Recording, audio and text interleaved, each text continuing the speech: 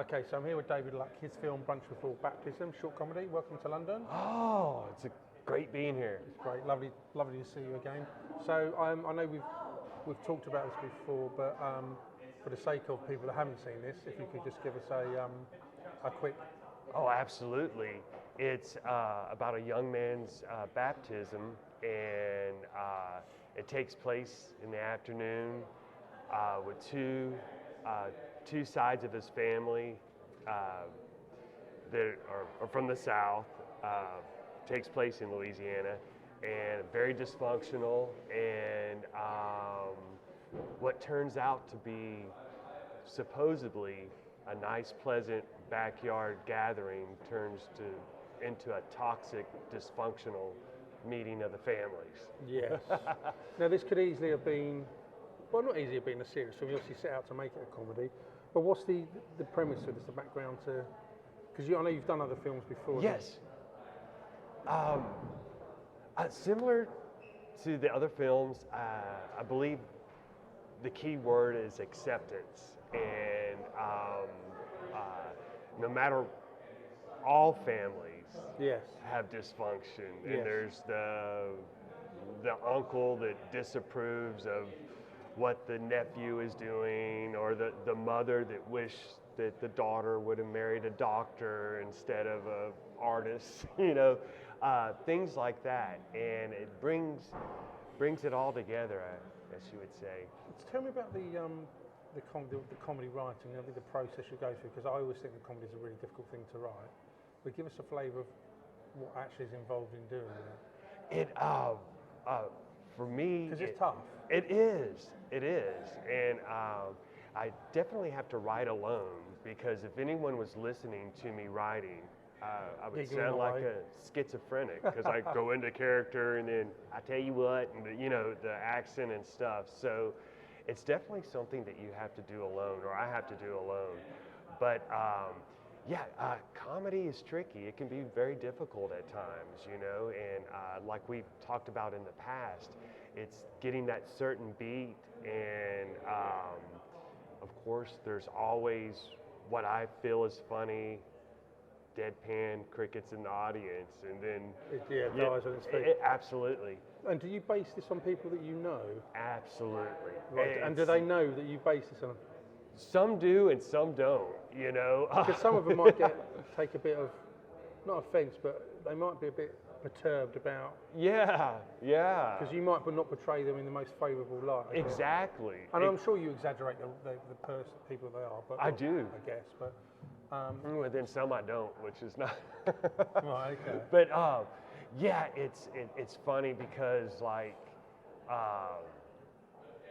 depending on their reaction, like, oh God, this so funny. It's something that I would do.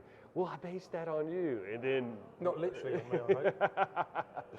Yes, and then the others that, oh God, that pathetic character. I can't believe it, and I'll just agree. I'm like, oh, I know. It took me a while to come up with them as I'm looking at the individual, like it's based on you a little bit, but because I mean you are obviously outgoing. Yes. It's obvious that you're a fun person, but what about writing something a little bit more serious? So maybe you've done that, or is that just not really part of your makeup? It is, and especially the occupation that I have. I'm in hospice. Yes, I think you might have told Yes, me. yes. Also the. So you would have had an affinity to. You saw Julia's film, didn't you? Yes. Yeah. Okay. So you know exactly what's. Exactly, and then plus, we talked about before, I've worked in a mental hospital and also a newsroom, which is kind of the same thing. Right. Okay. But that's hard to relate when you say it like that. But so I suppose you need an outlet for that kind of grief that you see. Yes, and the film that I'm going to be shooting in March, and you want to talk about where creative minds meet? Yeah. Matthew Savoy is going to be in this one. Oh, really? Was that short? And he's going to come to Jacksonville, Louisiana, where I'm from. And by the way, he wanted me to tell you hello. No, we missed him. And I think he was the front cover of last year. No, the very first issue we've done, actually.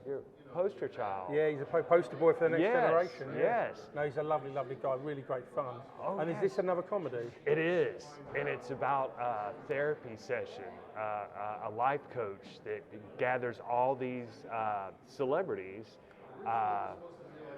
for a therapy session, and Matthew plays the A-list actor. So he reminds me, and I was struggling to think he reminded me of, but it's, you know, John Krasinski. Yes. There's something about him that reminds me of him. I don't know if that's a good thing or a bad thing. I think the facial expressions. Yeah, I do. Well, it's not a bad thing. I mean, he's married to Emily Blunt, so you know. Not a bad thing at all. No, not a bad thing. And I didn't realise just how good Krasinski was until I started watching The Office recently. I know he's moved on to other things like Jack Ryan and stuff. Right. And also A Quiet Place. I didn't see that, which is fantastic. But actually, in The Office, I didn't realise just how funny he is, and he is funny. Yes. Yeah, he really reminds me of him. So that starts when, in March? Yes, we start filming in March, and it's going to be another short film. And but I just thought it was, you know, in Brussels, and once again bringing up where creative minds meet. Yes. And we sat together during the awards, Matthew and I was like, God, he would be perfect for a comedy because very dry and stuff. Yeah, he is, so he's Canadian, isn't he? Yes. So I presume that fits into sort of the thing that we're trying to do, the narrative that we're trying to bring. Right. So yes, just go back. So I know I mentioned this earlier. So you're not thinking about doing a serious film. Is that something, or is it because you don't really want to do it because of the life you have outside of filmmaking? You're correct. You and know, that is true. You want some yes. light when there's darkness, kind of thing. You know, that kind of balance.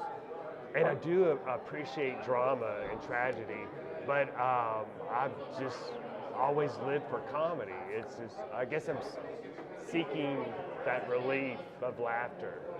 You know? And can I ask you, if you don't mind, do you have a partner? I'm sorry? Do you have a partner? No. Because I wondered what they thought about, you know, this crazy kind of comedy thing, because it'd be interesting to know, you know, how you do it. Exactly. What they thought. But what do you do when you've done a script? Because I'm guessing, although you write alone, do you bounce the script off someone else to look through? Yes, right. I do. Okay.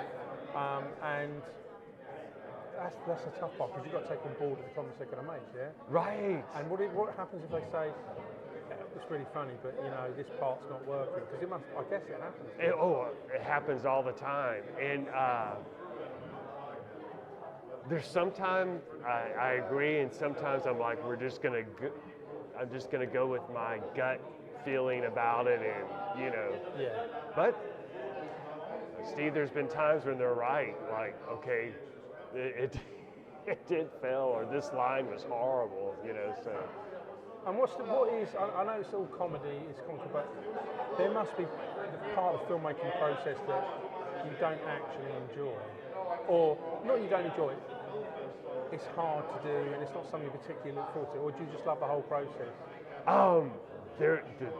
For me, it's the technical part. Well, the post and stuff Yes. And I guess I'm trying to get out of this instant gratification habit of like, well, just shoot it, you know, and I believe it's working in a newsroom to where, you know, just hurry up and edit that story, blah, blah, blah, blah. But at least you're used to the speed of the cut, yeah? Exactly. Great. David, thank you very much for that. Thank you for having me. No, you're more than welcome. Great festival. Thank you, and again, your support is really important, and we know, you know, it takes a lot for you to get here, and it means everything to us. Oh, thank you so much. Thank you.